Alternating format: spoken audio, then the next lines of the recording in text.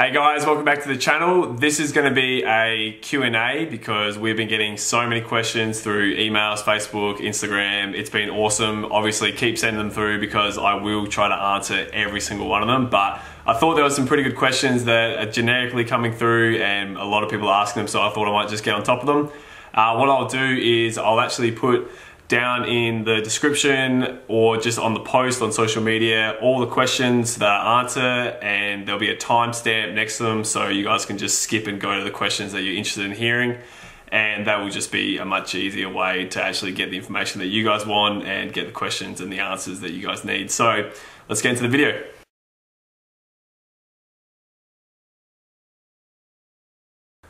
Okay, so the very first question is, depending on the food crickets eat, can they be less nutritious? Now, the answer to this in short is yes. So depending on what type of food will be a direct reflection on the quality of cricket that is actually produced at the end.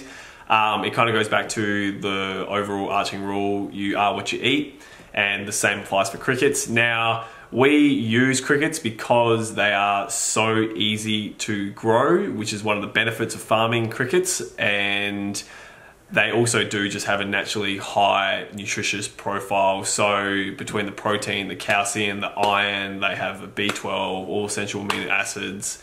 Yeah, so there's a lot of benefits of actually why we farm crickets, and they will naturally have a higher protein content than other forms of protein or other forms of animal products.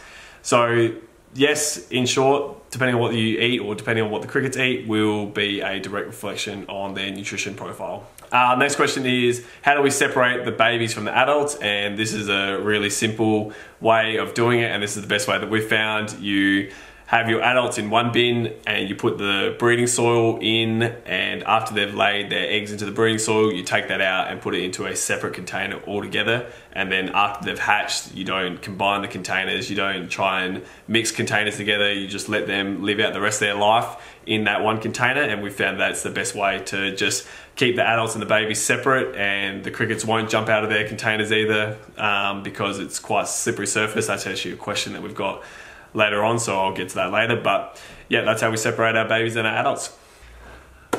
Okay, so the next question that we have is, how many eggs does a cricket lay each time? Each time around about 10 eggs, and depending on how long the cricket can live for, they normally lay anywhere between, on average, 500 to 1,000 eggs each time. So that's over their lifetime, which is a decent amount of crickets just for a single female, which is pretty cool. Okay, so the next question is pretty interesting and it can be quite controversial. So what I'm going to do is I'm going to lay a couple facts out for you guys back at home, and you guys are going to be able to make your own decision on this because everyone needs to make their own decision when it comes to this question. Now, it is, should vegetarians and vegans be consuming insects in their diet?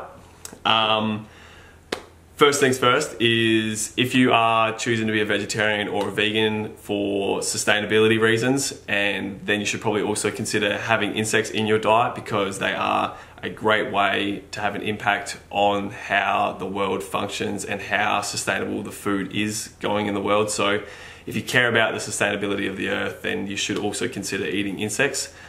The other thing is, insects have a heme iron group. So that's iron that we can use straight away in our body. We don't need to absorb it with having vitamin C in our diet as well. So it's a usable source of iron that's straight away, and then we can run into a whole nother world of being vitamin C deficient or iron deficient. It's very complicated, but the simplest form is insects have a usable source of iron straight away. So we can absorb it straight away, we can use it that second. We don't need vitamin C to absorb it, which is typically what you have when you have plant-based meals. You need to actually have vitamin C in your meal so you can absorb that iron from the veggies.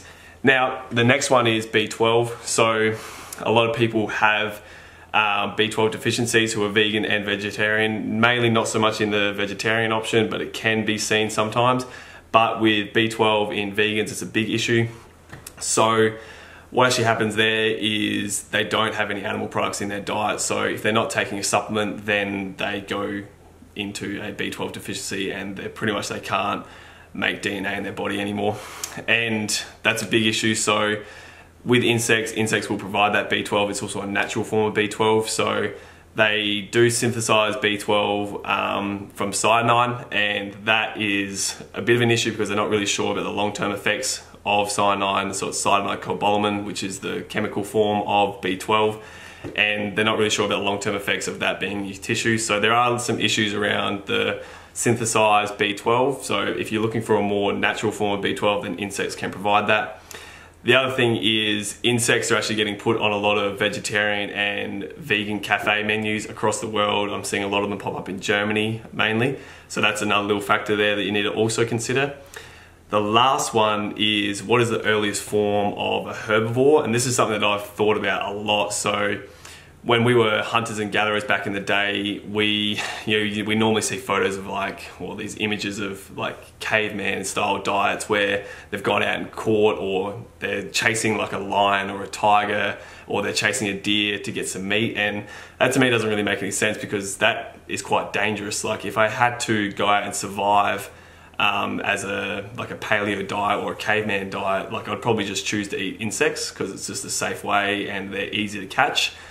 And then the other thing is a lot of herbivores, so sheep, they get their B12 from actually eating their own feces, their own poo. But for horses, they actually go out into the wild, and all the plant matter that they eat the insects from the plant to get their B12. So a lot of herbivores, and horses aren't the only one, there's a lot that actually eat insects in their diet. So it kind of goes back to a belief system. What do you want to do? What are the reasons why you're a vegetarian or why you're a vegan? And these are the things that everyone needs to consider. Now, I know that I'm ranting on a lot, so we'll finish it there, but simply sustainability, health, your belief system, the reasons why you eat the way you eat, you need to consider everything. So hopefully that gives you some sort of clear idea about like the benefits of actually eating insects, and maybe the potential reason why you might consider, if you are a vegetarian or if you are a vegan, eating insects in your diet. So hopefully that is somewhat clear. If you do have any questions, feel free to send me a message and I can send you some papers and different things that I've been reading about the reasons why insects are a great option. So the next one that we have is, could you make a healthy bar using your own grain and the crickets? Yeah, this is something that we want to do in the future. We want to make our own cricket products. We're just focusing right now on selling for lizards and reptiles, so snakes and all different kind of reptiles that will actually eat crickets, and we will eventually be using our crickets to make our own product. And we also hope in the future to sell to other companies that will make protein bars, protein powders, different food products from crickets. So that's a goal of ours. The next question is, where did we originally get our crickets from? And we actually got our crickets just from a pet store. So any pet store around Australia will have these crickets, and started with about 30, and yeah, now we're well and truly over 150,000 in the container. So it goes pretty quick, and we hopefully in the future we can have 1 million crickets in that container. So the next question is, how many crickets do we have hatching per week? We have around about 3,000 crickets. Now that number is also increasing as we go, because we are having a lot of crickets grow, start breeding, start hatching. So the number's increasing, and last time we checked, which was about 2 weeks ago, was around about 3,000 crickets per week. So it's good numbers. So the next question is, what type of species do we have on the farm? And the scientific name is Attacha domestic, and that's just a common house cricket that it's pretty well common across the world. I know that for a fact they actually don't have them in New Zealand. They only have like a black cricket, and ours are quite brown, almost like a lighter brown colour. So yeah, that's our species of cricket that we use, and they're pretty well commonly used throughout the world of human consumption as well, that normal cricket. So it's cool. Next question is, how long did it take for us to build the farm? And it's been a bit of a process, because I started growing the crickets here in Adelaide, which is in the house I'm in right now, and I just had them growing in the garage. And if you go through the early YouTube channels, all the videos were actually done just out in the garage. But for us to actually build the farm down there, it's been a year now, and it's been nearly a year to this day right now that we shipped all the crickets up there, and we actually had the shipping containers. So I would say it's taken about a year to get going. Next question is, how do the crickets not get out of the boxes? Now the boxes are quite large, and the surface is actually pretty slippery, so they can't really crawl up the wall and get out, which is quite nice. They can actually jump from the egg cartons and over, but in a perspective from a cricket, they have all the food, all the water in the world. It's safe, it's warm, so they don't tend to try and run away because they have everything that they need in the boxes. All right, so this one is a pretty cool question, and it's something that shocked me. So how long does a cricket live for? If you Google it, it will say around 8 to 10 weeks, but we know for a fact that is not true. That's obviously got to be in the wild as well. So our crickets have been living for upwards of 7 months, which is just incredible. And that's with them actually still producing eggs. So that's very, very impressive, and a little bit longer than 10 weeks. Alrighty, this one made me laugh when I read it. How much money per cricket do you get? And so it depends on the size of the cricket, it depends on the weight, and it depends on just a whole bunch of other factors. So is it live? Is it frozen? Is it in a powdered form? What type of, it's very complicated, but on average it's about 4 cents per cricket. So it does build up, but 4 cents per cricket is the answer. How do we kill our crickets for human consumption? So if we were to kill for human consumption in the future, we would have a setup where we would purge the crickets for 24 hours to clear all the feces out of them and any other byproduct that the crickets produce. And then we would freeze the crickets. So then that puts them to sleep, they go into hibernation, and it's completely painless, they just don't wake up. And then we would put them into a roaster. We would roast them to a certain temperature depending on what the client would want, and then we'd either bag it up there and we would vacuum seal it and send it off, or we would sell it frozen, or we would also blend it into a powdered form, which then companies can use for protein powder or just overall cooking in general. So there's a bit of a process, and it's a little bit complicated, but it's super easy at the end of the day, and we will be doing that in the future. We just have to get through a few more hurdles with food SA and how safe it actually is for human consumption with our current setup, and we just have to get a few more ticks in the boxes and we'll be safe to sell for human consumption, so it'll be cool. Okay, so this is a cool question. It is, what is your favorite or least favorite bug to eat, and where did I eat it? So just to give you a little quick background if you didn't already know, I'm an Australian beach volleyball player, and being in Asia and the Asian region, so Australia's in the Asian region, we spend a lot of time traveling throughout Asia, Japan, Thailand, Indonesia, China.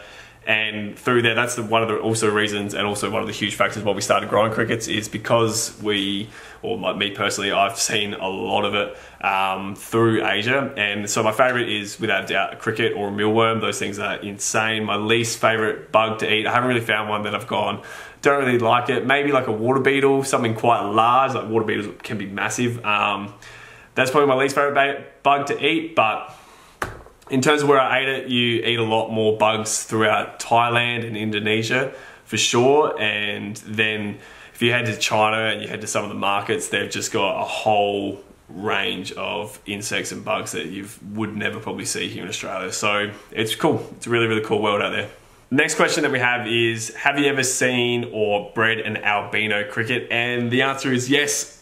We see them all the time. So crickets actually have an exoskeleton, and they need to shed that skin essentially for them to be able to keep growing in size. So you will see a dead bit of skin or a shell of a cricket every now and again, and then you will for sure see a white cricket, but they do grow out of that. They eventually get coloured. The other thing is, when you look at pinhead crickets, so when they're fresh babies that have just been born, literally that second they will come out white, and then over time they'll start to go to more of a grey, black colour. So typically you see white crickets all the time in the container. The next question that we have is, what is the life cycle of our crickets? It's been personally asked for what is our crickets and their life cycle. So to give you a really, really quick rundown on what we actually do in the farm, we have a breeding soil. It is inside the adult container for 3 days. We then take that breeding soil out. After 3 days, we put it into a new bin, and after about 15 days, all the eggs have been hatched out of that breeding soil. We then take the breeding soil out. The crickets are out running around, hiding in the little egg cartons or on the food, and then they grow up. It takes about 2 months for those crickets to be full size and ready to start breeding. And then once they start making that chirping noise, we then put the breeding soil back in, and the cycle continues. So very, very basic. Obviously, it's a lot more complicated than that, a few more steps along the way, but that is the most simple form of the life cycle of our crickets. The next question that we have is really, really cool, and I'm actually very interested to see how this person even knew about this. So we've got a question is, what are your future goals and in relation to cricket farming on the moon? This one obviously made me laugh because of the last part about on the moon. So that's something that my personal goal, I'd love to be able to see cricket farming moving to outer space, and I know it sounds a little bit crazy, but it's really not too far away. So I would love to be able to see cricket farming happening on the moon, and it's just purely because we need to start farming when we get into space, and it's happening right now across the space agency in Adelaide, and then even across the world. There's been a lot of moves in the space industry about actually getting into space and living on the moon or living on Mars, and how do we actually do it? How do we stay alive? Because the funny thing is, we as humans, we can't live without food yet, and we still need to be eating some sort of form of animal product, and we can't exactly ship a cow up onto the moon, and it would be quite difficult, but we can do crickets and we can do eggs, so, and they don't take a lot of space up, they don't require a lot of resources. So there's an argument that we should actually be consuming crickets when we go to the moon and when we go to Mars, because they are so diverse, they're resilient, they require very little attention, very little resources. There's a heap of things that they can use for it. So one of my goals, Schubugs, I'd love to see Schubugs on the moon. That'd be hilarious. I thought that would be just amazing. And then the other goals are obviously making some sort of human consumption product, protein powder, protein bars. Just selling to the human consumption population in general would be a massive goal for me. And then of course I'd love to be able to just support a more sustainable dog food market as well. And then also I'd love to be able to just sell to lizard and pet owners. I think it's awesome because everyone needs to have a pet, which is something that brings them a lot of joy. So being able to support that market in Australia would be pretty cool too. Okay, so the next question that we have is, why have you decided to farm crickets? And the reason is because we live in a very low to medium rainfall area. We have had years and running years, so the last 3 years, we haven't actually been able to grow a crop, and that's a dry land crop, so wheat, barley, oats, those kind of things. And we do have an orange orchard, but that also does take water out of the Murray River. So we're just trying to look for more sustainable things. And also I have a huge passion for nutrition and eating the best quality food that we can find to purely better our health. And that's also a reason why we started farming crickets, the health side of things and the sustainability of the crickets. So it's cool. Next question that we have is, how is farming crickets different to other kinds of farming? All farming is very similar in terms of it is repetitive, and cricket farming is very repetitive, but it probably differs because they use a lot less land. You can actually just have a cricket farm in the backyard if you really want, and anyone can grow crickets. It's not that hard, and I encourage people to do it as well. So if you have a passion for impacting the environment, try growing your own crickets for your own food, which would be pretty cool. You know, it's something that is a little bit different in terms of there's not as much water and as much waste, and they can also eat waste products, so the leftover veggies that you have from dinner you can feed to them. They're quite diverse. You could do that with mealworms as well, or black soldier flies. Cricket farming and insect farming is different because they do need a temperature as well, whereas cattle and sheep can just walk outside, whereas crickets need a container or an area where it's heated. So it is a little bit different, but it's also very similar in the sense of it's quite repetitive. So the next question is, what temperature do we have our container set to? And the temperature that we have our container set to is 27 degrees. Crickets, we've found, can function perfectly fine between 22 and 35, but as soon as it gets any hotter than that, they will stop breeding, they'll stop making noise, they're just trying to cool off and survive. And if it's any cooler than that, then they're not very active, they won't run around, so it needs to sit in between that range. The next question that we have is, what equipment did you require to start your business, and was it expensive to do so? So it's very interesting. Like all startup businesses and investments, there is an initial cost and it can be quite expensive. For us to have the setup on the farm, it's cost us around about 30 grand to set up between the solar panels and the containers, the bits and pieces that go along with it, the equipment that we need. So it can be a little bit of an investment, but when you come from a farming family, we can put hundreds of thousands of dollars into the ground every year or into our orange block and nothing will come about it. So either through terrible weather or a drought, whatever it is. So there is a risk, but when we're talking about putting 30 grand into crickets that is going to be sustainable, we're going to have a product at the end of it, then I go, that's a much better investment. So it's a small investment to us, but for some people it would be a very large investment. But yeah, you've got to take a risk at some point, and I hope that in the future we can get more grant money, we can really push this industry in Australia, which would be really cool, and we're super passionate about it. But at the moment we're funding everything ourselves because we just believe that this is going to have a huge impact on the earth and we're going to be able to help a lot of people out. And also it's a great way to create jobs in the community too. Okay, so that will be everything for this video. We still have so many more questions to get through, but I feel like even during just some of my ranting and talking that I've answered a few of the questions that have gone through, so I won't be putting them in the video.